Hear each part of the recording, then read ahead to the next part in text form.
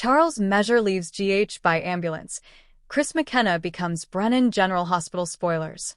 The air was thick with tension at Brennan General Hospital as sirens wailed outside the emergency entrance.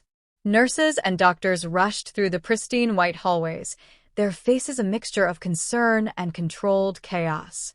The ER doors swung open as paramedics wheeled in an unconscious man on a stretcher.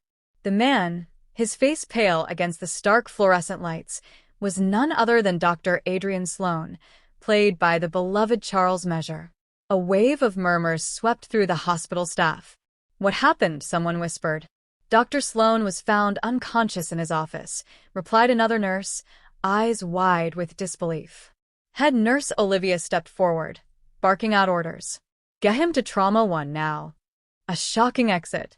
The scene played out in slow motion for many of the hospital staff. Dr. Sloan had been a fixture at Brennan General, his sharp wit and undeniable skill making him both admired and feared. But something had been off in recent weeks. Whispers of clandestine meetings, tense confrontations behind closed doors.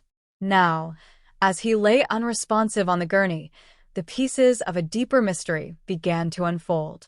Dr. Miranda Caldwell, Sloane's closest confidant and, some rumored, his secret love interest, pushed her way into the ER. Her eyes searched his face for any sign of life. "Come on, Adrian," she murmured under her breath. "You're stronger than this." The beeping of the monitors filled the room as a team of doctors worked feverishly to stabilize him.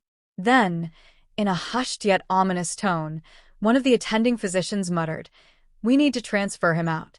He's not safe here." Enter Dr. Evan Lancaster. McKenna takes charge. As the ambulance carrying Dr. Sloan sped away, a sleek black car pulled into the hospital lot.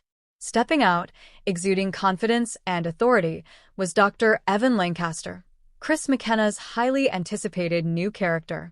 Dressed in a tailored suit beneath his white coat, Dr. Lancaster walked into the hospital as though he owned it.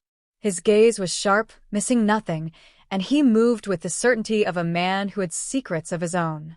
Dr. Caldwell, still reeling from Adrian's sudden departure, turned to see Lancaster striding toward the main desk. "Who are you?" she demanded, barely containing her frustration. With a smirk, Lancaster handed over his credentials. "I'm the new chief of surgery," he announced, his voice smooth yet commanding.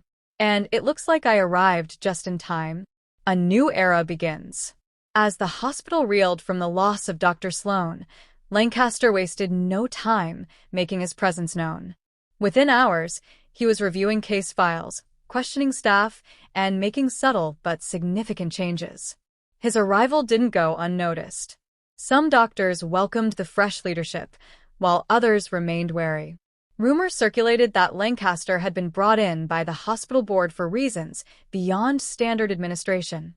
Had he been sent to clean up a mess, or did he have an agenda of his own? Meanwhile, outside city limits, the ambulance carrying Dr. Sloan veered off its expected course.